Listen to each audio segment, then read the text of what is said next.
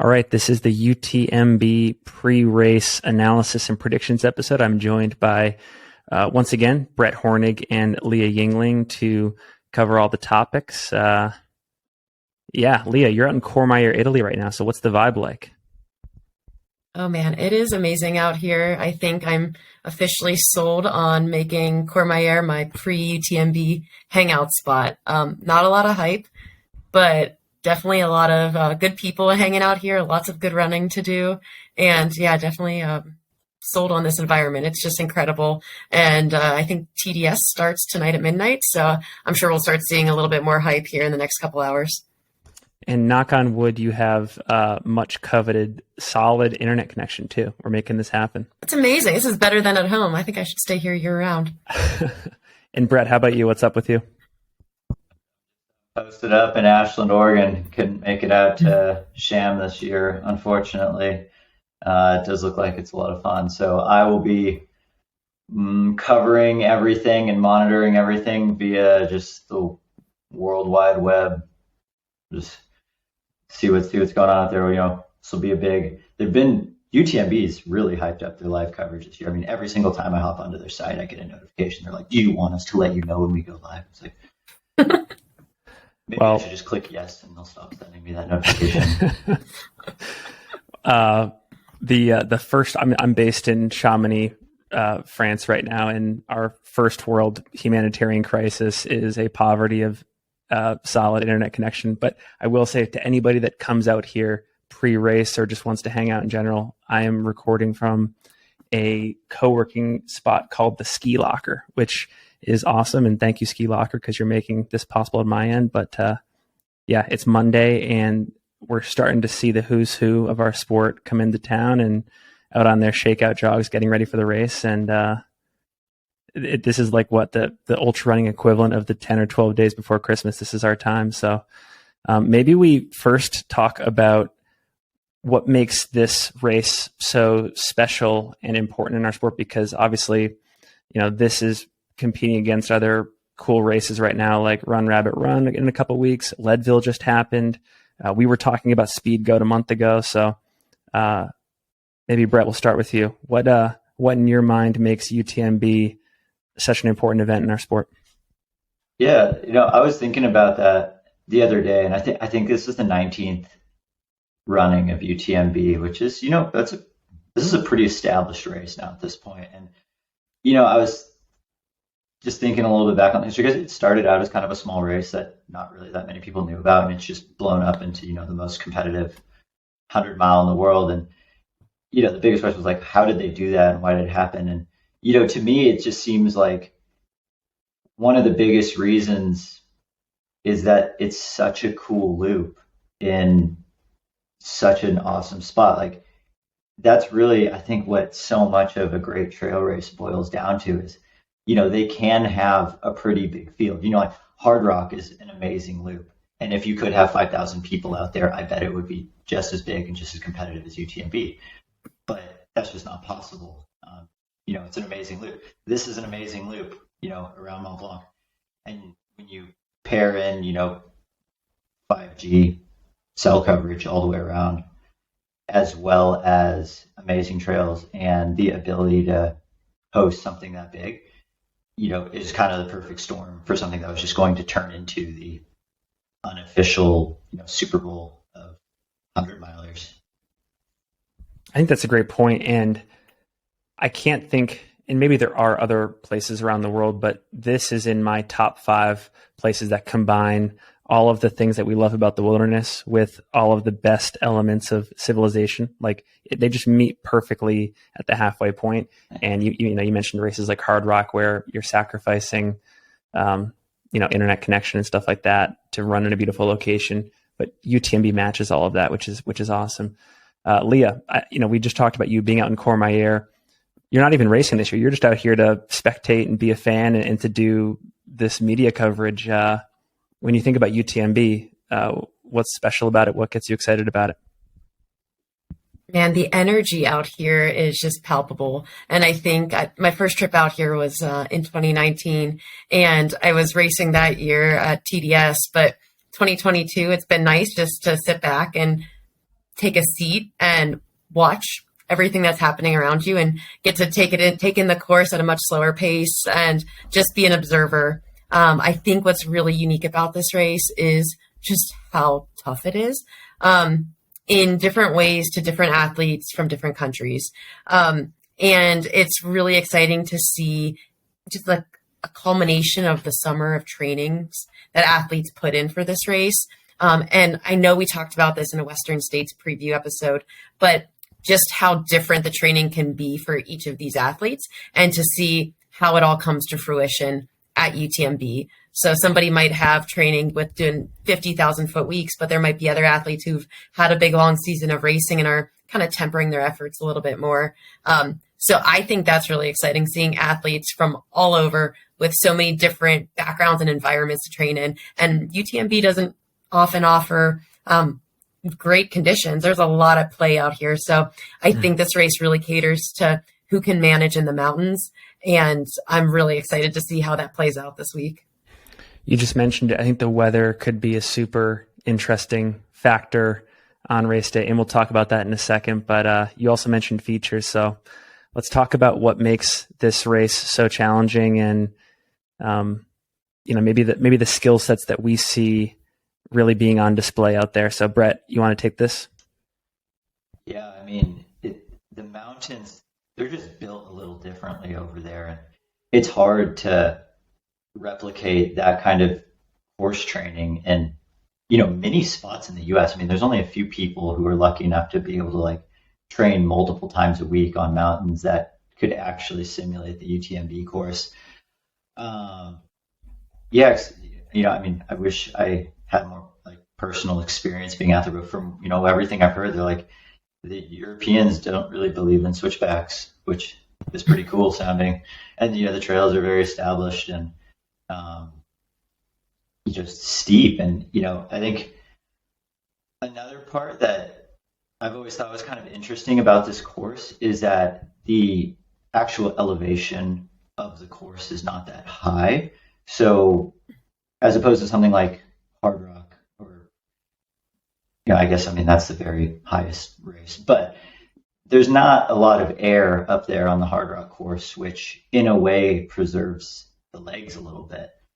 Something like UTMB, when you get all the oxygen you need, it's almost easier in a sense to blow your body up on the first few descents because you can hammer the climbs, you can hammer the descents. And that's a little bit unique as well because most of the big mountains that you get to train in here in the States are also up at altitude, so you don't quite get the same exact speed element as this course. Leah, I'd love to get your take on this next question from the perspective of being an elite athlete. We have seen, I would guess, a record number of American athletes go over well ahead of the race to live and train there, to prepare on the course. Do you see that as being not just valuable, but maybe necessary in years to come? Like if you were to put all of your eggs in the UTMB or the CCC basket, let's say in 2023 or 2024, would you consider leaving Salt Lake City in June and heading over and basing yourself in Chamonix to train for 2 or 3 months? I would love to be able to do that. That'd be amazing. It's interesting because it kind of comes back to that point that I mentioned of athletes approaching this from multiple different training approaches. And it's really cool to see the number of American athletes, for example, out here training. And I do think it gives you an advantage because I think particularly something we lack in the US is the long descents. I think we've got, long climbs and long descents. We've got a lot, like at least in Salt Lake City, for example, we have, 3-mile climbs, 4-mile climbs with significant vert, but we don't have these 7 to 10 mile long descents like you might see in UTMB. And I think that is very challenging for somebody who's not used to that because that does such a number on your quads. And being able to do that time and time again, like ascent and descent, just repeating after each other. So I think that's a big value in coming out early and just the course familiarity. I really don't think it's necessary, however. I think we've seen a lot of athletes do perfectly fine not coming out. And on the other side, I almost think I'm curious how much of a deficit you could put yourself in out here. Like, I mean, we'll go into talking about some athletes training, but like, I think some of it can be excessive in those weeks leading up because like these mountains are incredible. You want to see as much of the course as possible. You might only be out here for like your peak week of training and you want to do it all. But how much is that really taking out of you on the other side of things? So I think it's great that there's a lot of athletes out here, but I wonder how much it might be doing more harm than good to some degree. I was talking with Jim Walmsley as a part of our pre-race interview series, just to echo a point you just made. I asked him like, what are the benefits of coming out here? Like, do you see it as like a prerequisite? And he was like, well, all of the American women that have won this race in years past, they did it all training back in the US, Nikki and, Rory and Courtney, which I find fascinating. And so maybe cracking the code doesn't necessarily involve coming over here, but yeah, as you mentioned too, the lifestyle would be sweet. It'd be amazing. If we're talking like X's and O's on the course for a second, as fans are following the I Run Far Twitter feed, they're following the UTMB live coverage, where should we expect the make or break points on the course to be? Like, what do you think are the most pivotal places where the race is going to be won and lost? So, I think part of that is a little bit weather dependent. Because I forget which aid station it is. It's after Courmayeur, but it's one of the highest points on the course, and the aid station isn't inside.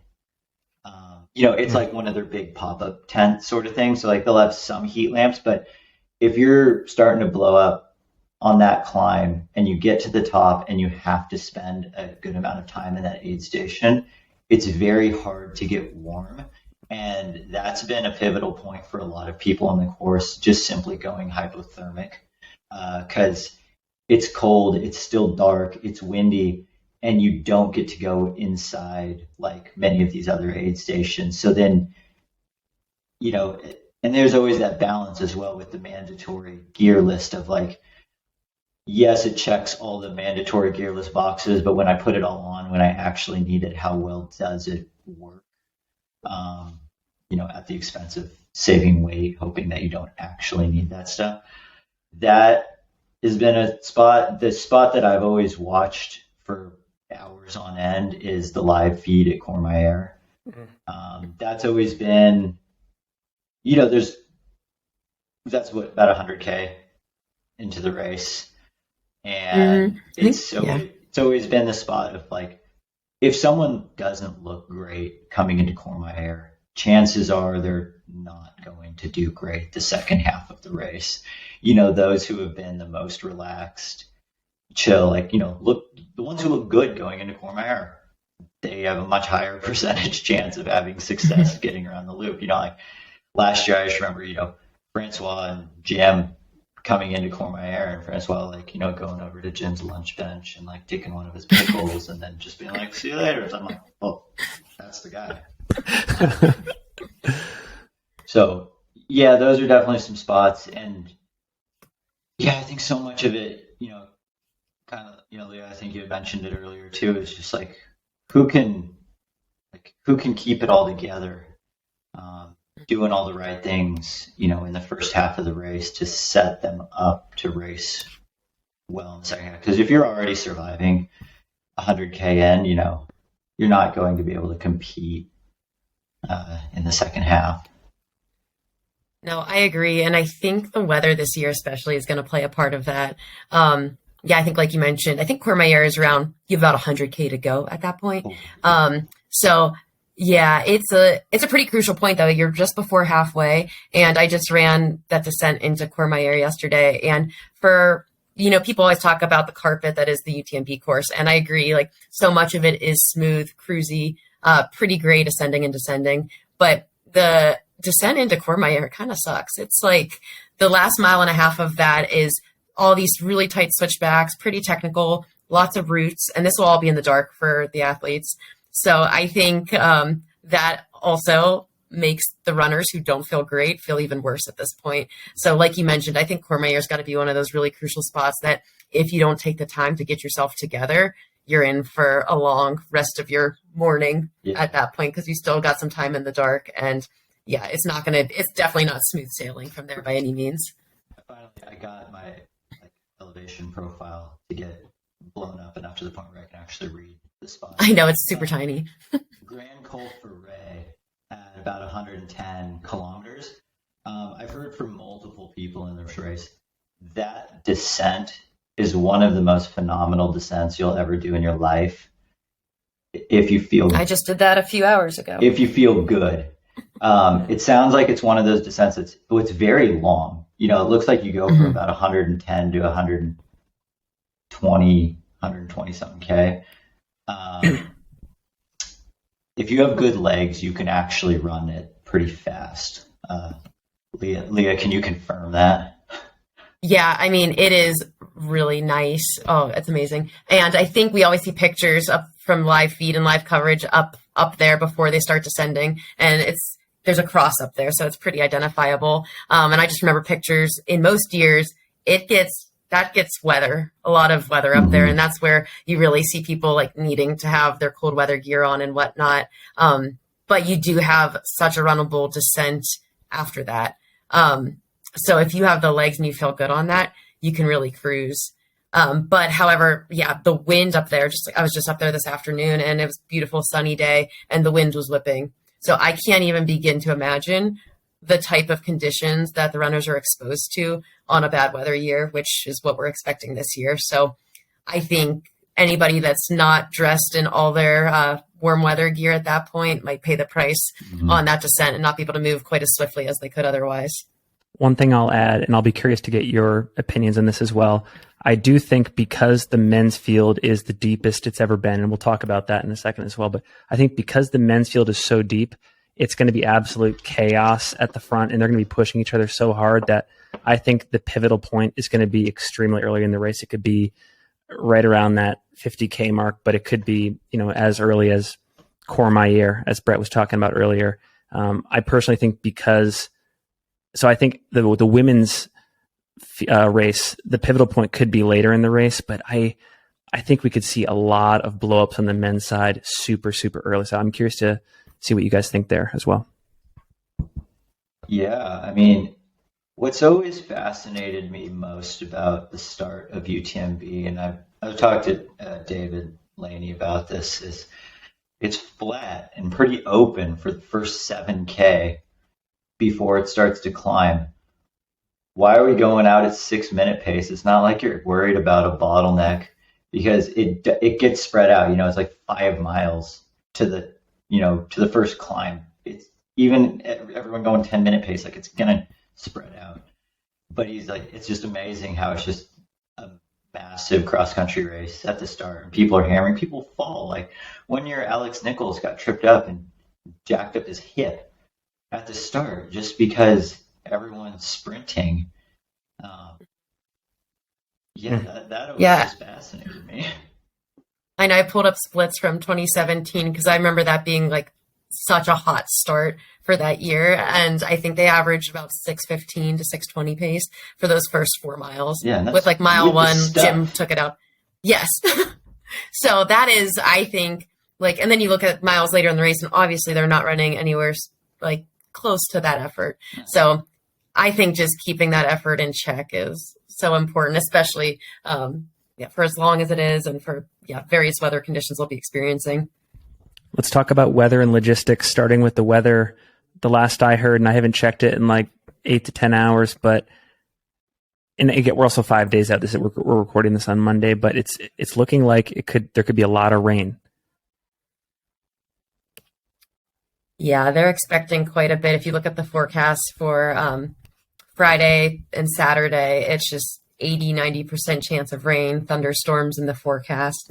Not sure what the most recent temperatures are, but I can't imagine it's warm. I know in Courmayeur, we've been blessed with some just absolutely incredible weather all week long with highs in the 70s. So it looks like Friday, Saturday, we'll be seeing highs of around 65 or so here in Courmayeur, lows of 46 down here.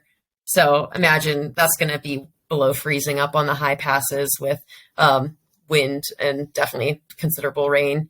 So I think it could be up high. Yeah.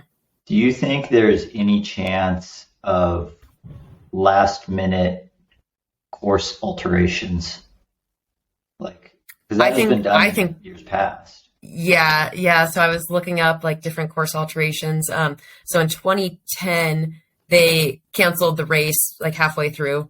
In 2017, they had the runners not go to some of the high points, and that shortened the course by about 5K and maybe a few thousand feet of climbing. So I think we could see something similar to 2017 if the weather stays as predicted. I think there was another year too where they shortened it, but I'd say I wouldn't be surprised if it was a 2017 similar course. Yeah. This is kind of a dumb question. I'll throw it out to both of you, but we always talk about being heat trained for races. Is it a dumb thing to think about being cold trained, like for these types of conditions? I mean, I think that's a thing. Like, I think so. Like, I don't necessarily think cold trained, but I think being able to control the controllables in the weather, to the point where, like there's no such thing as bad weather. It's only bad gear. So I think there's a lot of people who might not experience bad mountain weather often. And that's part of the reason I think some of the Europeans are at an advantage, who do train out here regularly. They might be in these conditions more often than not. So I think if you're used to wearing the gear and knowing when to put it on and almost like anticipating when it's going to be bad and when you need to, have your gloves on so you can open your gels and eat and drink later. I think there might be some people who are more used to dealing with those conditions. So I don't necessarily think cold trained necessarily, but just being prepared and forward thinking. Yeah, I totally agree with that. That was kind of where my thoughts were into. It was like just more training exposure to it. And the less you have to think about, going up this mountain, oh, it's getting cold, throw on the long sleeves, throw on the jacket. If you have to think about it, because, especially, 15, 18 hours into a race, if you start to get cold and the way that you get not cold is by running harder, good luck. Your kit needs to be dialed, which is why someone like Francois has been so consistent at mountainous 100 miles. If you look at pictures of him racing 100 milers 10 years ago, his kit is the same. He is so dialed in regards to his layers and what he wears that it's second nature to him. And that sort of experience is going to be so crucial to, I think the race this year. How about the logistical issues that are starting to supposedly crop up? Like, I think, Leah, you mentioned seeing a tweet from Sage Canada about crew access being unusually limited this year. So can you go into detail about that? Yeah, so this year there's going to be several shuttle-only aid stations. So those include Les Contamines and Champex-Lac. And so the only way you can access these aid stations are by having a UTMB bus pass that have now been sold out for 2 weeks. So I know when this came on my radar, I went to look for UTMB bus pass, and you were not able to as of, probably about a week and a half ago now. And so what's the alternative if you can't take a shuttle to crew your runner at one of these aid stations? Because I do believe there's also road closures at these aid stations. So I don't know if it's oversight by the UTMB committees with not providing enough bus passes, what the alternative is. I know I'm in a situation where I'm helping crew a runner at Champex-Lac, so I need to troubleshoot that between now and Friday. But yeah, it poses a lot of challenges, and I don't think it's something that was entirely thought through or like given enough attention and resources, because I think there's going to be a lot of crews in a similar situation. Yeah, that would be a little nerve-wracking as both the crew and a runner. If like, all right, runner, I'll see you at Champex-Lac, maybe. If we're not there, don't worry about us. That's right. The standard that always gets said. But like as a runner, even if they didn't make it because of the shuttle, then you're always going to start thinking, well, what if it wasn't the shuttle? Like, what if they're actually lying? It's like that. Right. That just gets in your head so much. I mean, I guess you got phones. Everyone's got a phone on them. This is a good year to use it. Mm-hmm. But yeah, I'm really curious if Yeah, people are and those actually are going to get stranded. crucial. Yeah, They're crucial aid stations. So Lake totally. Contamine is pretty much the first big one, about 20 miles in, 31K. So that's the first big energy spot you could see your crew. If they're not there, Yeah, what a bummer. You can't see them until Courmayeur, which is halfway through the race. Right. So yeah. situations like that. Chappé Lock is with like 50K to go. So that's that Mhm. last final one. Okay, if you have legs with 30 miles to go, you're going. But okay, you don't see your crew at that one last spot and you're relying on a drop bag and you're not expecting that, you're disheveled. So I think there's going to be some definite challenges with those issues. So maybe those who have a drop bag experience might be Mm-hmm. better prepared potentially for a race like this. Well, Mm-hmm. what I'm curious about is the penalty for violating this, like a DNF for the runner, or is it light and maybe we'll see a bunch of civil disobedience and all of these crew members just like braving the elements and getting out there and making it happen no matter what? I mean, how would you even get out there though? I If the know. roads That's are what I'm actually curious. closed to cars, like rental cars and non-residential cars, like, maybe you're just going to get like a hefty traffic ticket. You're going to pay a couple €100 to crew at each aid station. Well, in summary, we're 4 days out from UTMB. The weather looks crazy. It looks like there could potentially be some course changes. It looks like crews, it'll be a nightmare for crews. So in addition to all the competition, get your popcorn ready from like a logistical and environmental standpoint. Yeah, all we can only Maybe, hope for is that the live stream just stays going the whole time because I can't wait to watch all this. oh, I know. Well, let's get into the meat of the episode, which is the storylines, the analysis, the predictions. And I think we should start with the women's field. Leah, do you want to talk about your favorite storylines in this race before we get into your top 5 and analysis? Yeah. So I think going into this, we saw the course record fall last year with Courtney Dauwalter having just an outstanding performance, placing 7th overall, and running 22 hours and 30 minutes, which is just an impeccable performance. And I mean, I would love to see the ladies chase after that this year, but I think that's going to be a definite hard one to touch, especially, given all the variables that we've discussed, but definitely a fun time to chase after. This year, we'll see 4 returning in the top 10 on the ladies' side. So our top returner is Mimi Kotka. We'll see Katie Scheid. We also have Emily Hawgood. And my last returner is Lucy Jamson. So she was in the top 10 as well. So we see 4 of the top 10 returning. And I think that really opens it up. I think we'll get to talking about the men where we have a few more top returners. But I really do think this is anyone's ball game out there. Like we've got a lot of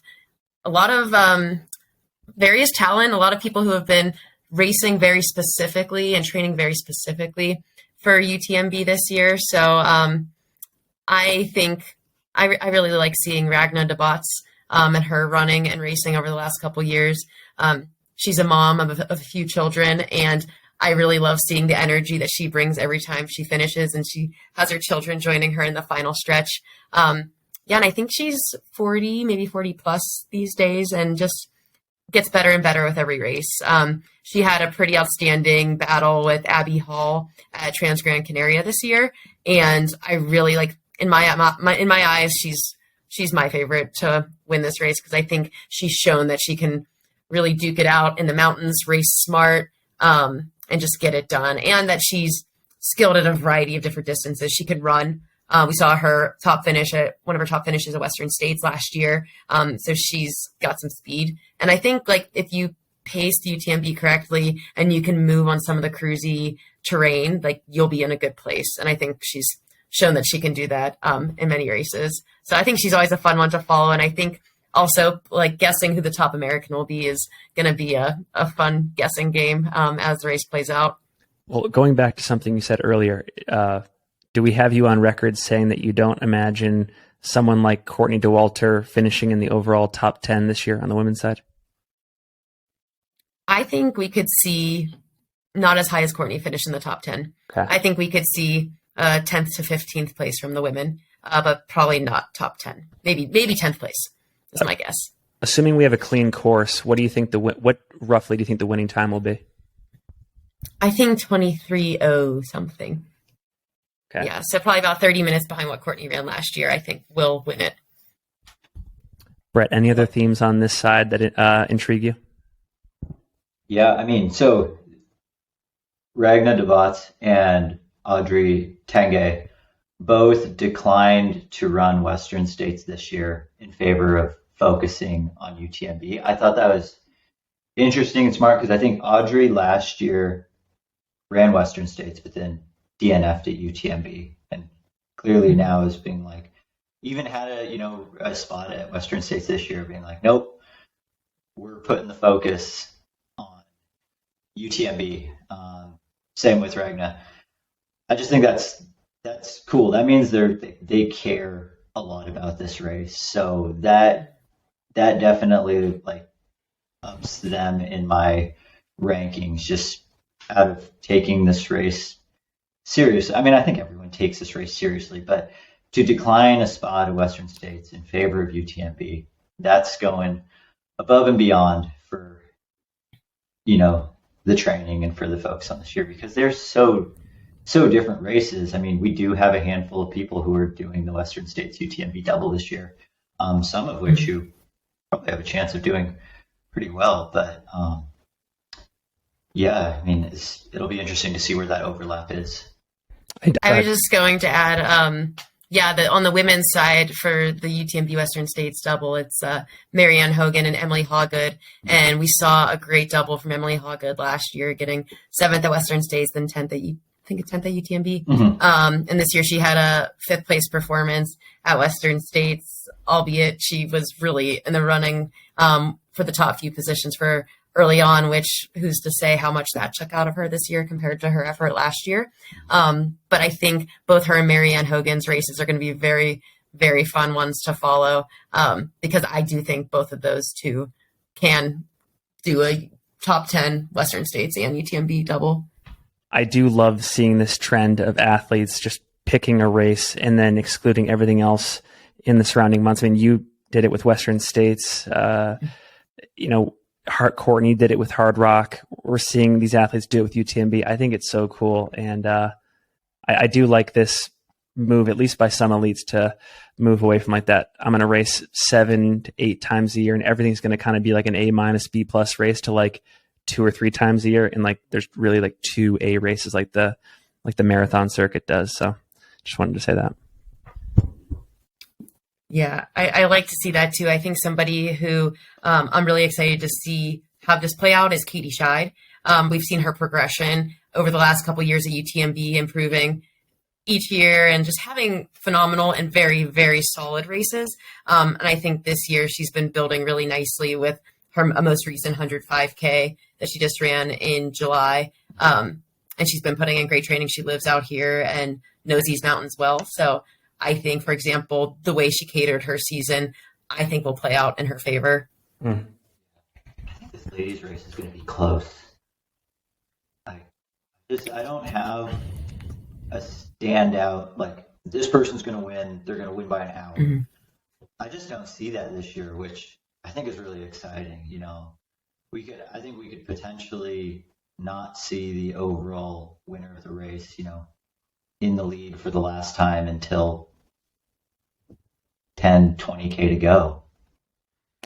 What do you think the range of the top 10 is going to be in terms of like, the first place finisher finishing in like 23 hours and 10th place finishing in like 28 hours? Do you think it's going to be like a 5-hour range? Like, what do you think the range is going to be there? Well, I'm not super well versed on the top 10 range. That's a good question. I was thinking top 5. Because I think it was pretty spread out last year. I want to say it was like 5 or 6 hours. Yeah, Courtney blew it out. Yeah, it was. She did. Yeah, it was pretty substantial last year. I thought, like, very significant time difference, especially when you took Courtney into consideration. I think if you took Courtney out of consideration and we're looking at 2nd place through 10th place, it was a little bit right. less of a gap. But it was pretty substantial. Like I think Emily Hogwood was, several hours back from, even Camelia Bruas in second, and Emily got 10th. Since we mostly have an American audience here, my first question is, how many Americans do you think we can expect to see in the female top 10? And in general, who are our female Americans to keep tabs on during the race? Okay. Leah. I think.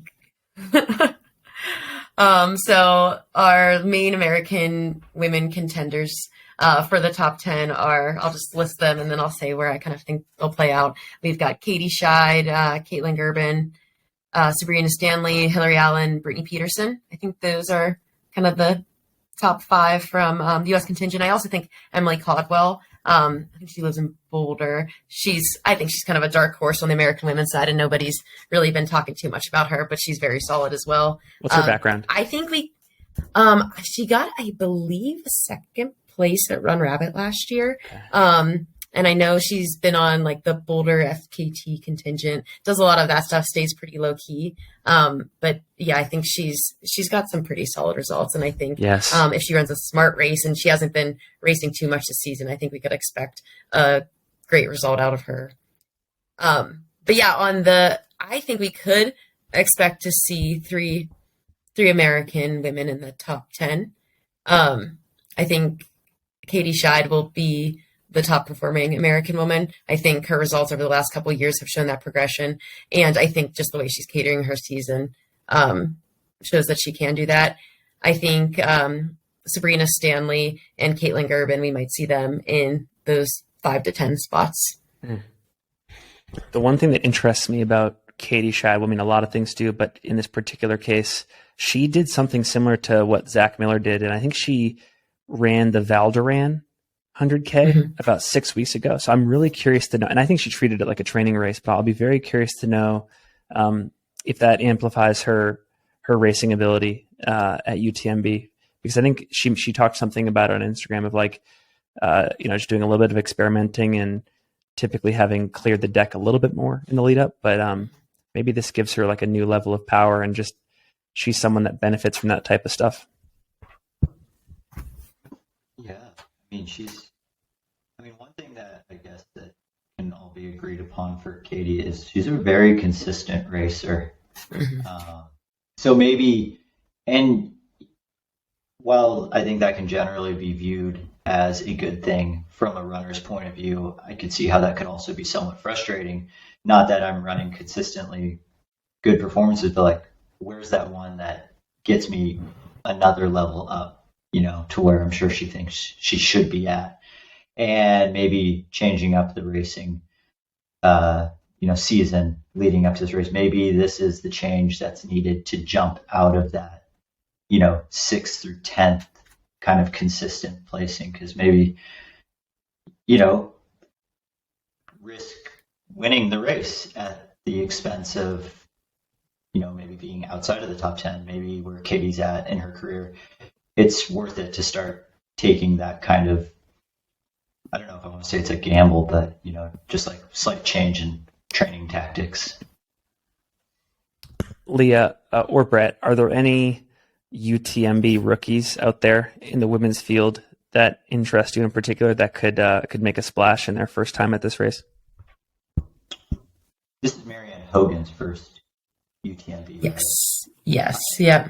I'm excited to see what Marianne does, because she's kind of proven to have a lot of range in regards to being really good at running like big mountains, as well as running pretty fast. And she seems to be, she's had some injury struggles in the past, but kind of one of those runners that when they're on, they're on. And I feel like right now Marianne is on. Yeah, I can't agree with that more. I think I am so excited to see how this race plays out for her. She took second to Courtney at Ultratown Cape Town last year, right towards the end of the year, which was a very solid result from her. I think maybe about an hour or less behind Courtney. And then put in a really solid block for Western States this year, and, has had ups and downs with injuries over the last couple of years. But her training between Western States and now has just been wild. I know she logged, 158-mile week with 52,000 feet of climbing. So for anybody that has recovered from Western States and knows how one's body may feel, like that is a giant effort between the two. So I think that would be the biggest question mark for me is, Marianne went to the well at Western States. And then she's been putting in really, really big blocks of training and been training on the course a bunch too. She's been out here for weeks. So I'm curious to see how she channels all that strength into her race at at UTMB, because I know she tapers really hard too. So I think if she can relax really well this week, I'm excited to see what she can do. She's very gritty. Agree. I'll add one just to be a little different. Sabrina Stanley is my UTMB rookie. Yeah, that was my second rookie. Yeah, I for some historical context, I remember I was out here in Chamonix last year, and there was this whole debate: was she gonna race UTMB after winning Hard Rock last year? And I think she was like right up to the last minute. Like, she was training on the course, she was weighing her options, and then with like 3 days pre-race, she's like, I'm just not ready. I'm not well rested. I'm not recovered from Hard Rock. I'm gonna sit this one out. But I've done all this research on the course, and then she just doubled down this summer. Like, you might as well call her a veteran, because she's touched every single step of the course in the last 2 to 3 months.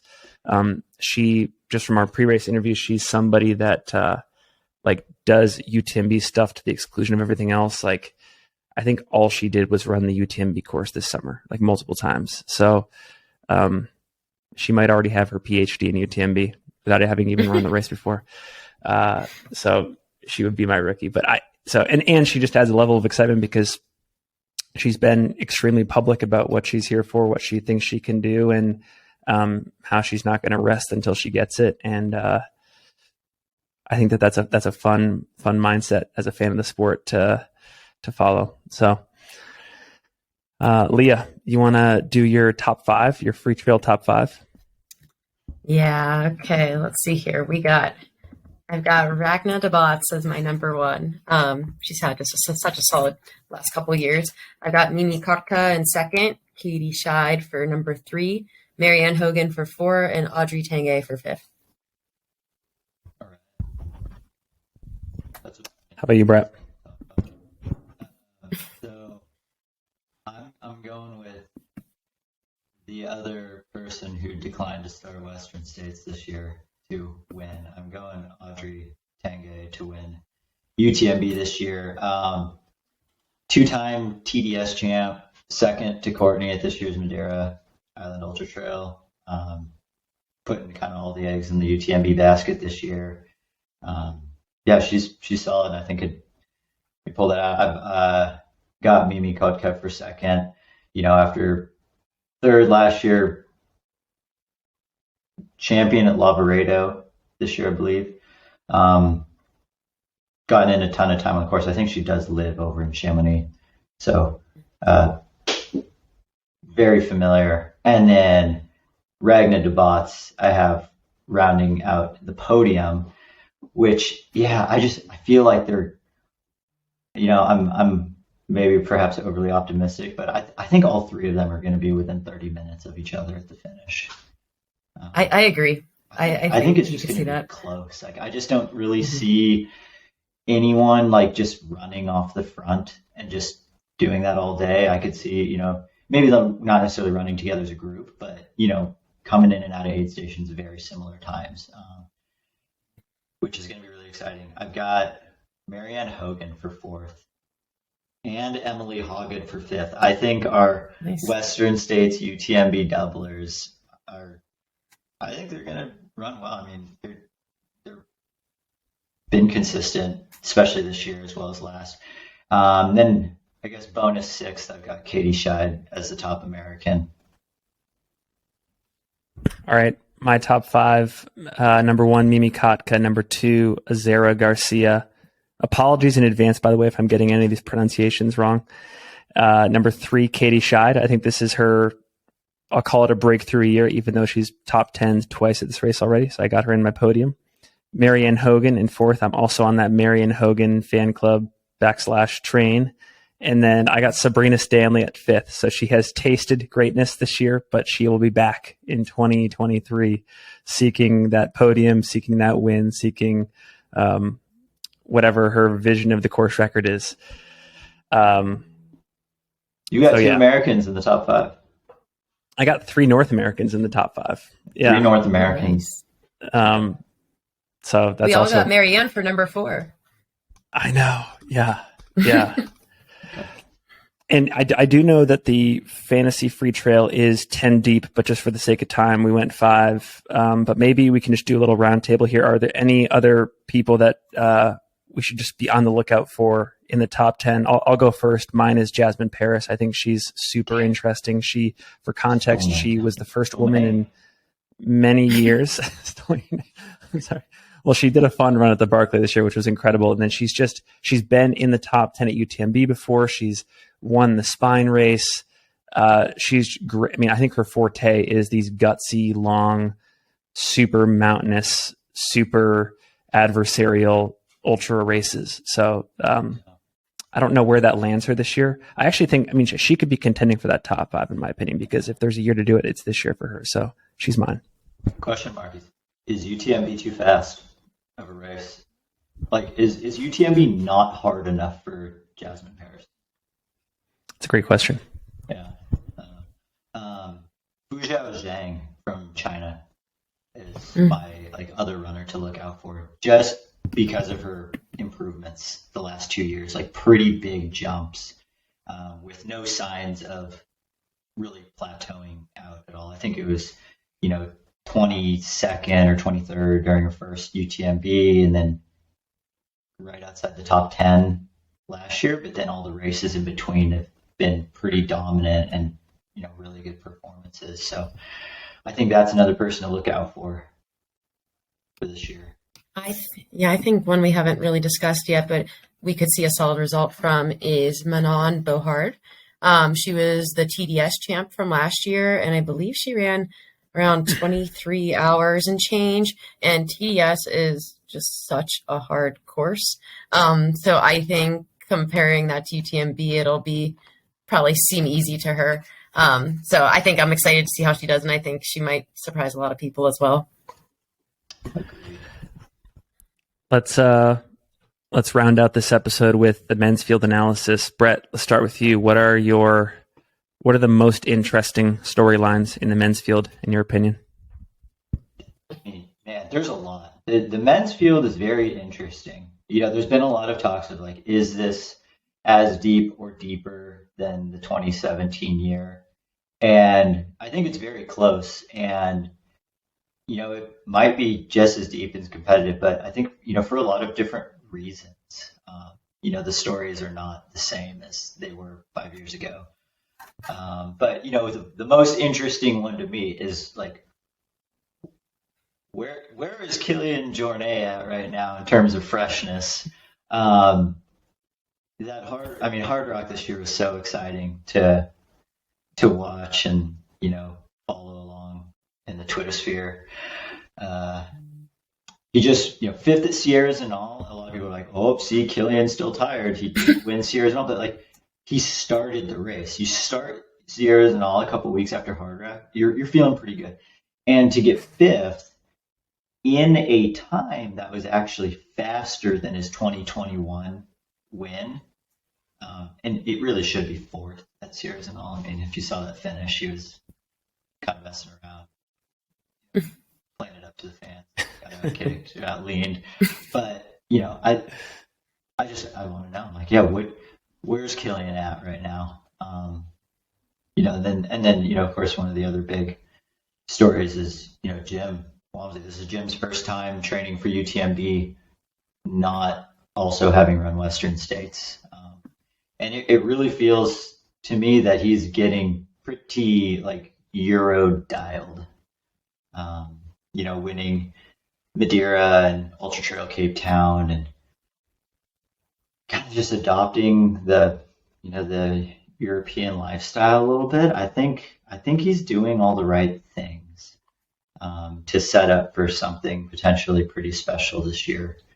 And then we have a couple other people like Tom Evans and Pau Capel have both had knee surgery in the last 1 to 2 years, both of which I think were pretty major operations, and both of which seem to have returned to form pretty well. That always makes for an inspiring comeback story, but also just a big question mark of like, is the body ready to handle not only this giant loop, but this giant loop at race effort?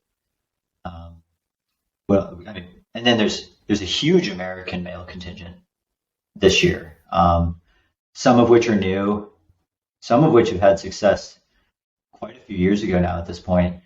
And there's just so many question marks of like, how are these people going to do? And the race just needs to start already.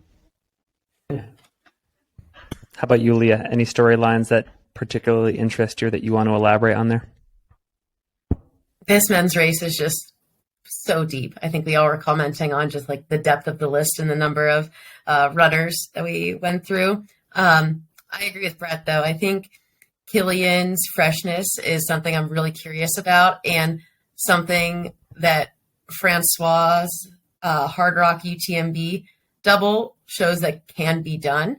And I think if any runners are going to do it and do it well, it's Francois and Killian. So I have no doubt that he will show up, and especially if there's any adverse conditions, I think he thrives and does well. In the state, and I don't think Sierre-Zinal is, really anything to bat an eye at. I think we'll see him in great form, and it's hard to ever count against him when he's in a race this long, and especially one like UTMB. I think, Jim Walmsley is going to be a really exciting one to follow. I think, what was his biggest week that I saw? 164 miles with 64,000 feet of climbing. I can't even fathom. Oh man. So much time. So I think even like with taper weeks considered, he's been averaging 24 hours for the last 4 weeks of training, with just tons, like 40,000 feet of vert every week plus. So I think he has some climbing legs under him. I think always the question with Jim is how much is too much, and is he riding the line and just like that perfect balance. So I think if the race starts getting tough, weather starts getting really tough, maybe we might see some of those big weeks catch up to him. That's something I think we've seen in the past with him at UTMB, and I think his highest finish here is 5th place, along with a few DNFs. So I'm just excited. It's going to be, I think, a great race. I think him and Killian will run together for a lot of this race. And I think, as Jim does, he'll probably put some moves on Killian and see if he matches them. And then, like we saw Killian letting Dakota go during Hard Rock this year, we're going to probably see something similar between him and Jim here, is my guess. I'm just so excited for that battle. I 100% agree with that. Like, I've been playing through the Killian Jim battle in my head, and I think at a point on this course, by at least Jim, if not more people, they will drop Killian on a climb, and it won't be because Killian couldn't climb with them. It's that he chose not to, because I 100%. I do believe you win this race by being a good descender, not a good climber. Yes. 2 points. The first, I think that this is by far the most competitive men's UTMB race ever. I think it blows 2017 out of the water. I think that we should treat the top 10 as if it's a podium, because there's like 75 men I think that could potentially be there. It's that deep. I think that my interesting storyline is Tom Evans. Maybe for slightly non-obvious reasons. I think he really set the bar about 4 or 5 years ago about what it means to be like an all-in pro. He just went to all these extra lengths to work with like physios and sports psychologists and going to all these training camps. Like, he was in Ethiopia for a bit, training with like people of like Kipchoge's caliber. So, and then he's also been incredibly open about his recovery process and what it takes to get back to being at like the elite level of the sport. So I'm super excited to see what he can put together, having seemingly followed a textbook way to do it right. And I think that it might lag for a little bit, but I think most pro athletes are going to follow his playbook in years to come in terms of like what it takes to be competitive. So excited for his race in that regard. Trying to think here. Yeah, I agree. Tom Evans will be an interesting one for me. I think this will definitely be the longest he's ever been on his feet for a racing distance. I think he's just so interesting because I'm curious if he knows anything other than fast. He's done well like Sonoma, Western States, and like he's a fast guy. I know he races in the mountains and does well in the mountains, but I'm wondering over the long haul of a race like UTMB, will that catch up to him? I saw he ran Trans-Gran Canaria, the short race that I did this past spring, and just blew it out of the water. But that's 5 hours, and it's very mountainous. The descending is pretty wild in that race and technical, and I mean, he probably flew over that stuff. So I feel confident that his body will hold up. I'm just curious if he'll strike a good balance between his speed and, pacing that is required during UTMB. Great point. Mm-hmm. Brett, you want to give us your free trail top 5? Yeah, for sure. So, I mean, as with my stellar history of free trail fantasy performances, this is gonna be the one. I'm gonna take you people down. Sure. I'm gonna win those Speedlands, and hopefully if any of these people are listening, they're just like, oh damn it, Brett picked me up there. Now I'm gonna blow up. So I'm really hoping that I'm not turning into the free trail fantasy curse. But Kilian Jornet, he's gonna win. He's gonna get the Hard Rock UTMB double, and I think he's going. I think he's the fittest person there, or one of the fittest. I don't think he'll be the freshest, but I think tactically he's going to figure out a way to win. I think he's going to bait, like Jim, Pau Capel, Zach Miller. I could totally see, 180 kn. Kilian's going to fake getting dropped on a climb. Those guys are going to start hammering, and then Kilian will descend just fast enough where he knows he'll be able to catch them, but he's not going to. He's just going to let them burn themselves out. And then Kilian will strike when the time is right in either last descent or second to last descent to win it in just like classic, just Kilian descending fashion. That's not to say, though, that some of those other people that I mentioned are going to colossally blow up. I do have Jim Walmsley getting second, which second place at UTMB to Kilian Jornet is no disappointment. Pau Capel, I've got him to round out the podium on third. I listened to his podcast with Dylan Bowman, and it was fascinating. If anyone needs something to listen to, go listen to that one. Just the roller coaster that he's been through since his UTMB win in 2019, as well as just his win at 2019. The like clickbait thing. He was on the phone for most of the race in 2019. So you're gonna have to go listen to that story. Fourth place, maybe a name that hasn't been brought up a ton, is Sebastian Krovig. He was the TDS champ last year and now moving up to UTMB. And there's always been in the top 5 at UTMB like one or two people who just like throw themselves into it and have a great race. And I think Sebastian is that this year. And then my 5th overall, I have Zach Miller.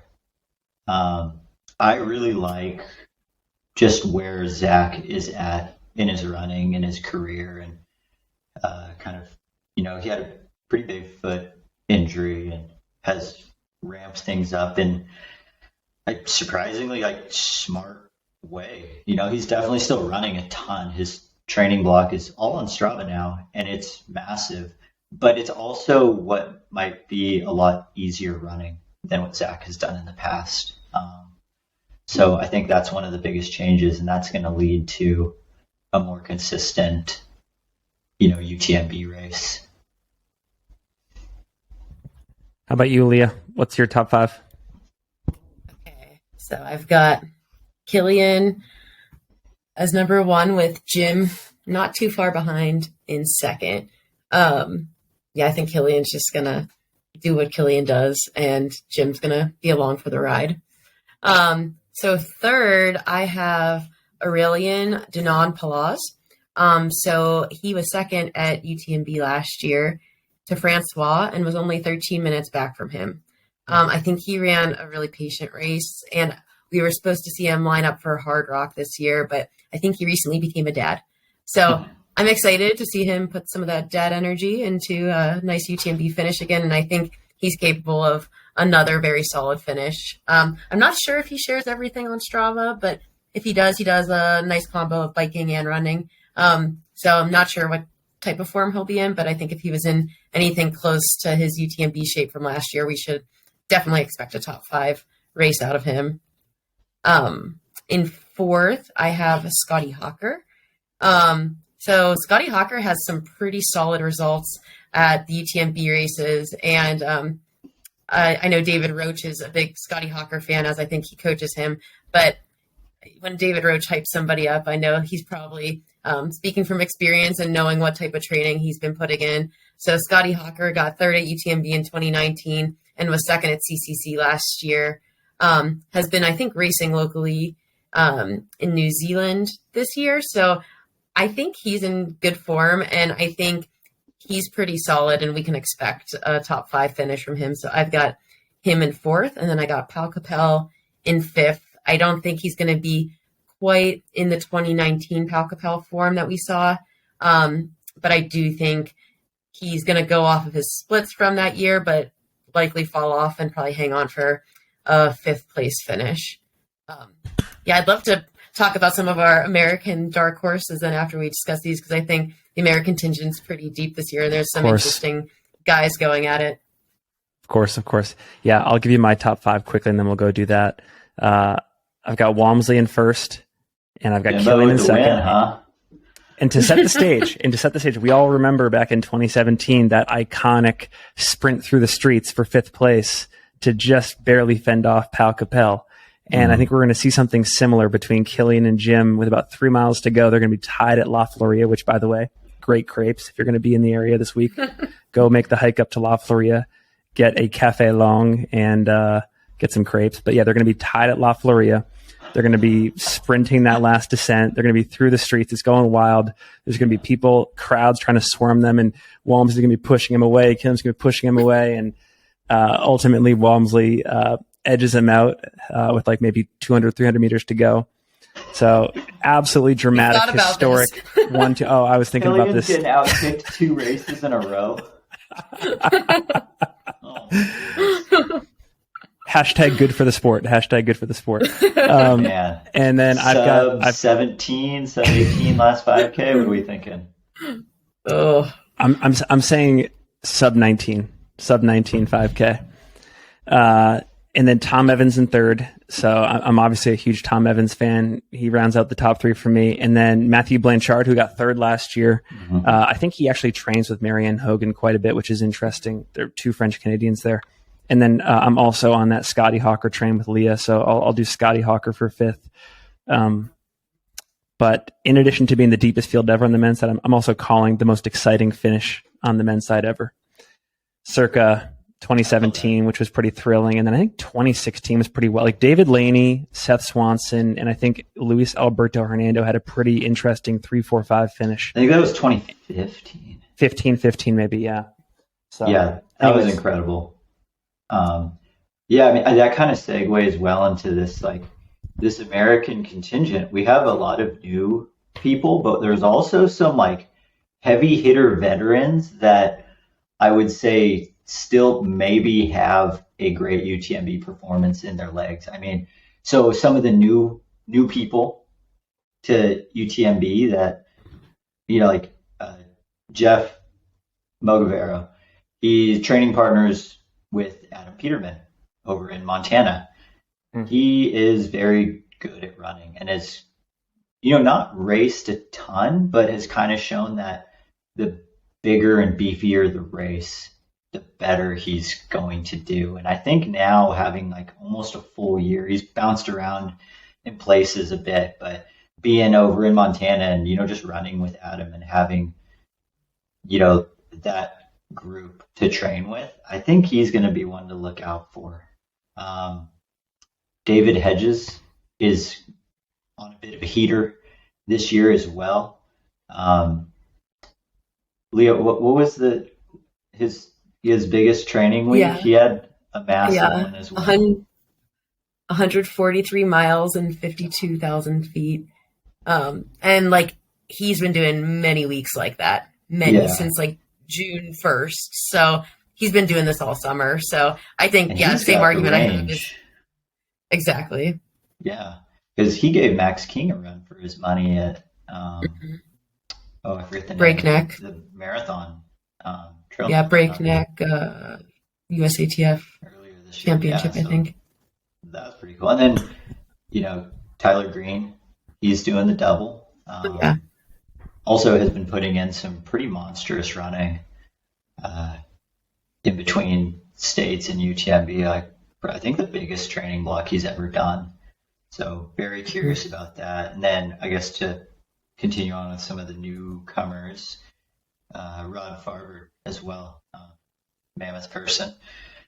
Seems friend of the podcast. Yeah, seems to have been getting in some big training and is ready to go loop the mountain. Then we got David Laney, I'm going to go be the biased coach here. But David's he's got the UTMB experience. He's one of the most successful American men at the race. He's got a third and a fourth to his name and has done the double well, because the year he got third, he was eighth at Western States, and kind of knows the course really well. And, having that experience is huge. And he's put together a great year of racing, has not lost this year. So ipso facto. Yeah. Seth Swanson, another one from the 2015, 2016 golden years. And also not American, but Luis Alberto Hernando is also in the race. So maybe we'll see all three of them just duking it out again. That would be cool. That'd be amazing. I don't know what kind of fitness Seth is in at the moment, but he's been racing. He's had some solid results. And then just bonus name, because this is fun, I see Carl Meltzer on the stage. Nice. No, that's Carl. Awesome. That's awesome.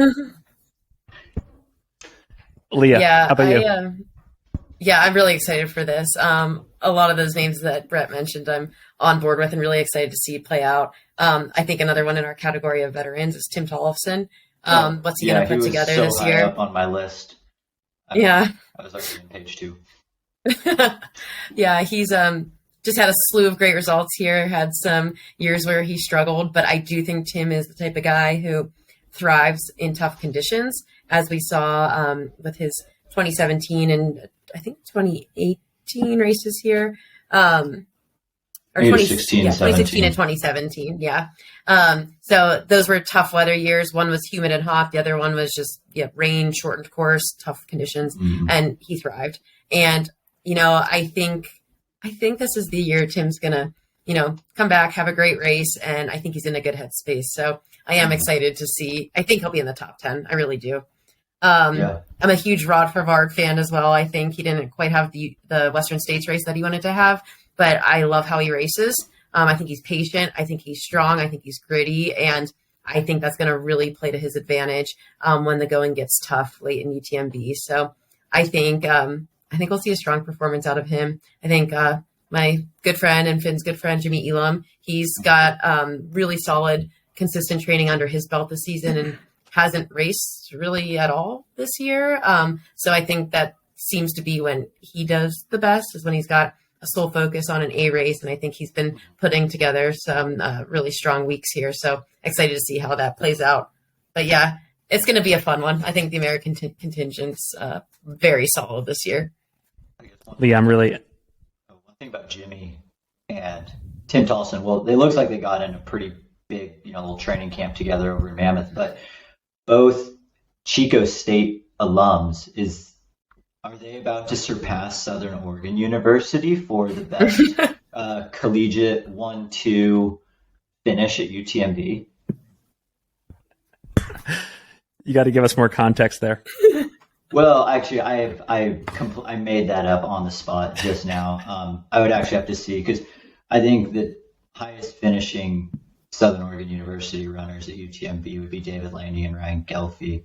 But I actually am not sure if the year Ryan finished his best. I don't even know if David was there that year. So this could be theirs for the taking.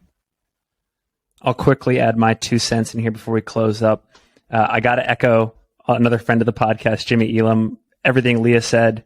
I think he's one of the strongest racers out there mentally too. Like, he just has this mindset where he's willing to strategically suffer and get through tough parts of the race. He's not one to blow everything up early. Like, he'll be someone that maybe won't be in that like I Run Far top 10 alert system for the first 50, 60 miles of the race. But I think he could be there in the last 50K. So super interesting. Also, I think on top of what Leah said, I think that the conditions for Tim Tollefson are perfect for redemption. I think he thrives in these environments where maybe the media isn't focusing a ton of attention on him. And I know he's in an incredibly good mental headspace right now, but I think there is a fun element of like, yeah, just like maybe expectations being a little bit lower, and he just gets to go out and remind people like he's one of the best in the sport when he has his day. So echoing those two. And then 2 that haven't been mentioned, 1, Avery Collins.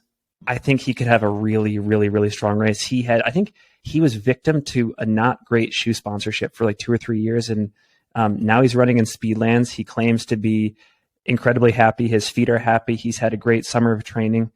And then the last one, ageless wonder, Jason Schlarb, who I believe in 2019 was the top American finisher when like everybody just blew up, and he was the one guy who didn't fold. I think he got like 18th or 19th overall. So I think in a year with bad weather, a lot of pressure at the front, you could have another year like 2019 where like Jason and someone like Tim Tollefson or not Tim Tollefson, Tim Olson are your top 2 American finishers in like 19th and 28th place. So that's all I got.